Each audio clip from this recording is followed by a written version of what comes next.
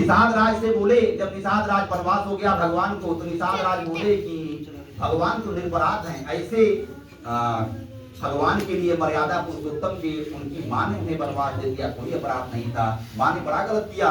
तो लक्ष्मण जी बोलते हैं कि काहू न को सुख दुख कर दाता, निज कृत कर्म भोग सब भ्राता।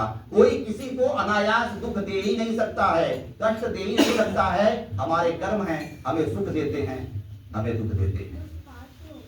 तो कोई किसी को कष्ट देने वाला नहीं। तो ये जो संबंध हमारे हैं, ये पति पत्नी के रूप में, पुत्र के रूप में, पिता के रूप में, सब सुभावात संबंध हो गए, तो जीवन में आते हैं और हमको कष्ट प्रदान करते हैं।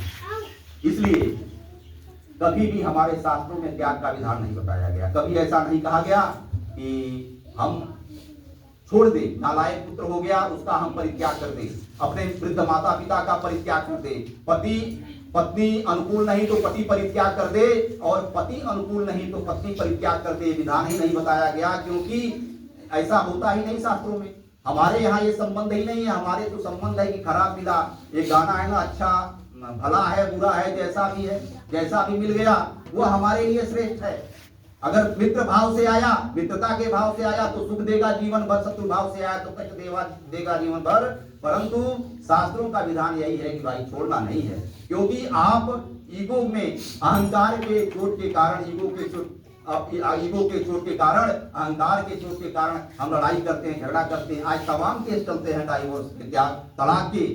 यह नासमझी है, उनकी नासमझी है जो तलाक के लिए आवेदन दे रहे हैं, कोर्ट में मुकदमा चल रहा है। क्योंकि जितनी जल्दी वो संबंध शत्रुभावा संबंध है और जितनी जल्दी आप छुटकारा पाएंगे, परंतु आपने जितना सताया उतना तो काम हुआ नहीं, उतना उसने सताया नहीं, उतना कष्ट उसके द्वारा मिला नहीं, आप जो ऋण है कर्ज की भुगताई हुई नहीं, फिर बार बार जन्म में ऐसे लोग मिलते रहे। इसलिए इस जीवन में जितने भी हमारे संबंध हैं, जितने भी हमारे कर्म हैं, जो भी संबंध हैं, उसको अच्छी तरह से निपटा लेना चाहिए।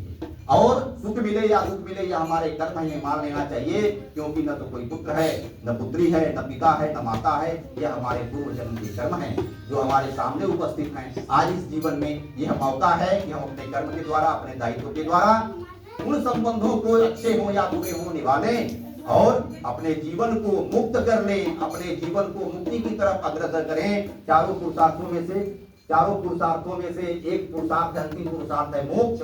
मोक्ष की प्राप्ति करने उसके लिए आवश्यक है कि जो भी मिला, जैसे भी मिला, इस जीवन को जीने, अपनी समझदारी से जीते हुए जो कर्ज पुराना है उसको अब तो निपटा लें, इस जीवन में समाप्त कर लें, ताकि आगे का जीवन हमारा अच्छा बीते। प्रेम से बोलिए नारायण भगवान की।